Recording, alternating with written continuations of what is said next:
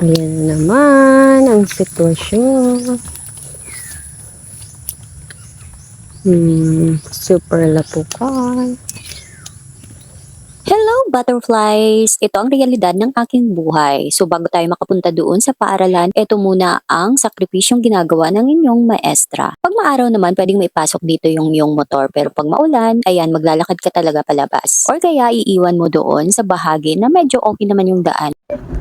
Yan, I'm driving. O diba?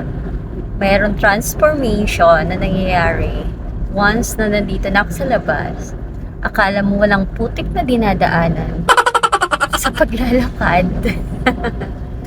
Diba? It's okay. At least, nararanasan mo yung mga ganyang bagay. Sabi daw, pag ang mahirap, yumaman, at naghirap, ay parang wala namang mawawala sa kanya. Kasi sanay siya sa buhay ng pagiging mahirap. Diba? Kaya, ayan. Look at me, I'm driving ng isa lang ang kamay. Parang hindi safety yung pinapairal ko Wow. Alam nyo naman, sa tagal ko na sa pagdadrive, medyo gamay na rin. Pero dapat, alam pa rin natin kung paano maging safe.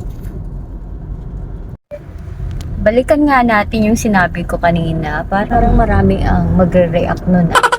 Hindi naman yung mayaman, kundi parang may kaibahan lang yung buhay mo dati, di ba? Kumbaga kung nakaahon-ahon ka na, hindi na tulad lang dati yung buhay mo dahil sa pagsisikap mo. Siyempre, no, ang dami nating pinagdaanan bago nating narating kung anong meron tayo ngayon. Sipag at tiyaga lang yan. Hard work ba? Hard work. Yan. Ganon. Pero, of course, manifesting na maging mayaman this 2025. Malay natin, ibigay ni God, diba? Sabi nga, kung hihiling ka, yung sobra-sobra na at kaya mong ma-achieve. Kaya naman. Basta, kailangan lang sipagan. Kaya pagsisipagan natin ngayon. Go, go, go! Sabi nga ni Rupa May. Sabi ni Sinab Harake. Arat na.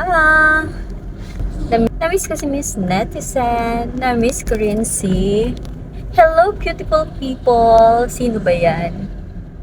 Diba? Sila yung mga lagi kong inaabangan ng mga vlogger.